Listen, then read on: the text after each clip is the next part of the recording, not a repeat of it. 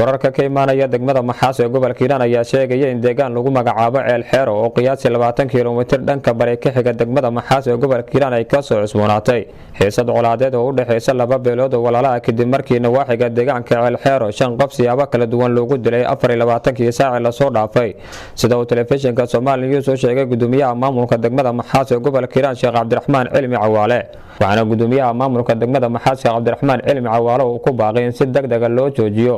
walaada ka soo cusboonaatay deegaankaasi asagoo wax karadka labada beel ee xurguftu dhaxmartay ugu baaqay inay u istaagaan sidii xabadda loo joojin lahaa isla markaana wada hadal iyo gogol nabadeed ay ku dhameeyaan wax walba oo soo kala dhaxgalay waa kan gudoomiyaha Sheekh Cabdiraxmaan Cilmi Cawaale oo ka hadlaya khasaaraha ka dhashay dagaalkaasi deegaanka oo ka dhacay iyo dhibaatada colaadda ay leedahay ka maamulhaana ballan qaaday inay kaalin ay ka geysan doonaan sidii loo joojin lahaa colaadaasi habeen hore waxa ka bilowday xogaa dagaal beeleed laba beelood oo dirisa oo bariga Maxaas wada degaan habeen hore khilaaf ka dhacay inta la ogyahay waxaan ku dhimatay 5 qofood ku nafaydo labada dhinac waxaan ugu baaqayaa dadka islaamka dadku saddex xaq qaar isku la qaarna laba xaq qaarna hal xaq dadka islaamka xaqul islaam oo isku leeyahay xaqul jaas jar xaqul raxm saddexdaba waa wada yihiin waa qaraabo waa isdhaleen waa diris waa muslim waxaan ugu baaqayaa baaq nabadeed dadka islaam haduu leeyahay ka noqdeen xabad ay joojiyaan xabad wiila col wiila ku dhintama wiil kuma dhasho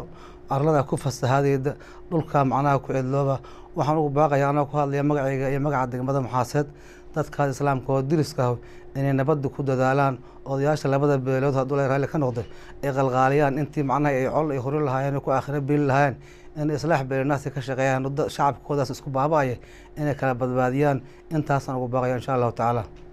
deegaanka waxa ka dhacay waa bariga Maxaas soona Ceel Xeero waa Ceel Xeero la yiraahdo ilaa 18 kiiloomitir 20 kiiloomitir degmada Maxaas bari uga beegan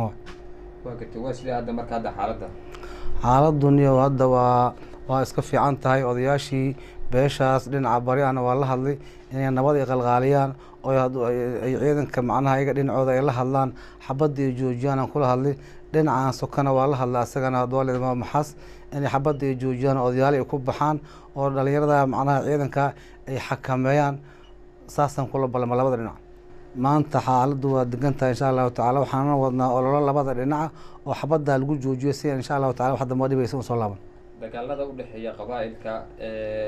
inta badan ka dhaca dadka reer miyiga ah sanadihii ugu dambeeyay ku soo laalaabanayeen nawaaxiga degmada Maxaas ama way sarka ku hayaan dagaaladaas sida ay gudoomiye wallahi dagaaladaas oo dagaalo iska caqli darro ah waa cilmi kuma saleysna waa dagaaladooda iska baadiyaha haduu leeyahay ka noqdo deegaanka ku dagaal iyo adiga iska canaab caaliya waxyaabo noocaas way dagaalka hadda ugu dambeeyay labada qabiil dhexmaray muxuu ka bilaabay wallahi sida la ogyahay kulay qoys degan habeen haduu leedmo dad hubeysan intuu yimaadeen